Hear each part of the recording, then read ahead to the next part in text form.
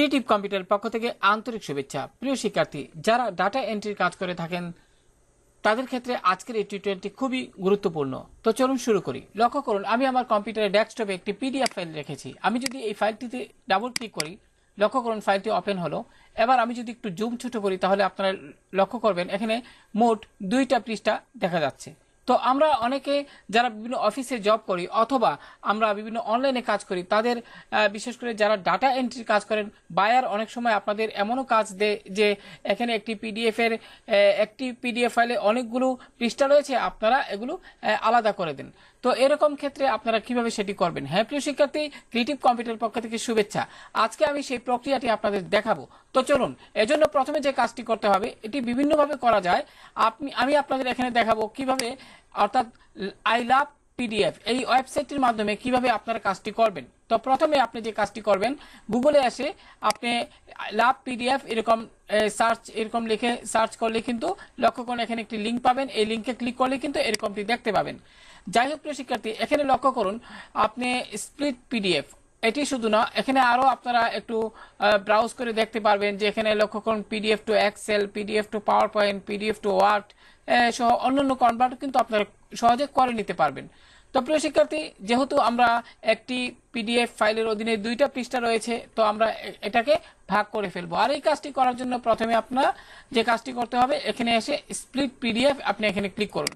Click করার পর প্রিয় শিক্ষার্থী লক্ষ্য করুন এখানে স্প্লিট পিডিএফ ফাইল অর্থাৎ সিলেক্ট পিডিএফ ফাইল, আপনি এখানে ক্লিক করুন। ক্লিক করার পর লক্ষ্য করুন যে উইন্ডোটি আসলো। আমি মনে করি যে ফাইলটি আপনি কনভার্ট করতে চান সেটি আপনি ডেস্কটপে রেখেছেন, সেক্ষেত্রে আপনার কম্পিউটার অর্থাৎ এই উইন্ডোটি আসার পর আপনি এখান থেকে ডেস্কটপ সিলেক্ট করে দিন। তারপর একটু নিচের দিকে ড্রাগ করে আপনি আপনার ফাইলটি সিলেক্ট করে ওপেনে ক্লিক করুন। লক্ষ্য করুন প্রিয় শিক্ষার্থী, এখানে কিন্তু বিষয়টা দেখাচ্ছে, অর্থাৎ ফাইলগুলো দেখা যাচ্ছে। এমত অবস্থা আপনি এখান থেকে এক্সট্রাক্ট পেজ আপনি এখানে ক্লিক করুন। ক্লিক করার পর লক্ষ্য করুন এখানে এর নিচের দিকে লক্ষ্য করুন স্প্লিট পিডিএফ, আপনি এখানে ক্লিক করুন। ক্লিক করার পর লক্ষ্য করুন এখানে প্রসেসিং প্রক্রিয়া দেখাচ্ছে। এবার প্রিয় শিক্ষার্থী ডাউনলোড করার পালা। তো আপনি এখানে ডাউনলোড স্প্লিট পিডিএফ এখানে ক্লিক করুন। ক্লিক করার পর প্রিয় শিক্ষার্থী লক্ষ্য করুন এখানে কিন্তু এটি ডাউনলোড হয়ে গেছে। এবার আমি যদি এখানে ক্লিক করি, ক্লিক করার পর শো ইন ফোল্ডার, তো এখানে জিপ ফোল্ডার হিসেবে দেখাবে। আমি একটু কাট করে আমি আমার কম্পিউটার ডেস্কটপে যদি আপনাদের এটি নেই, আমি এখানে মিনিমাইজ করছি, এটিও মিনিমাইজ করছি, আমি ডেস্কটপে এটি নিলাম। এবার প্রিয় শিক্ষার্থী, আপনারা যেহেতু একটি জিপ ফাইল এটি পাবেন, আপনি এখানে রাইট বাটন ক্লিক করে এক্সট্রাক্ট করে নেবেন। করার পর এখানে এভাবে আসলে ওকে বাটনে ক্লিক করুন।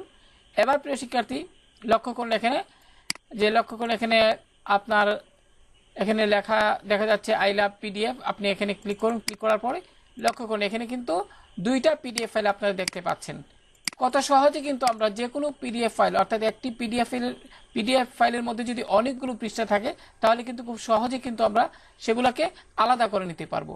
তো আশা করি প্রিয় শিক্ষার্থী আপনাদের বিষয়টা খুবই ভালো লেগেছে। এক্ষেত্রে পিডিএফ ফাইল 1 এটিতে যদি ক্লিক করি, লক্ষ্য করুন এখানে একটি পেজ, আগে এখানে ছিল 2টা পেজ, এখন একটি পেজ দেখাচ্ছে।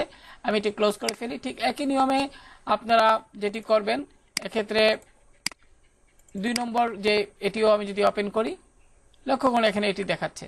তো আশা করি প্রিয় শিক্ষার্থী আজকের এই টিউটোরিয়ালটি আপনাদের খুবই সহায়ক হবে, বিশেষ করে যারা ডাটা এন্ট্রি কাজ করে থাকেন। ভালো থাকুন সবাই, আল্লাহ হাফেজ।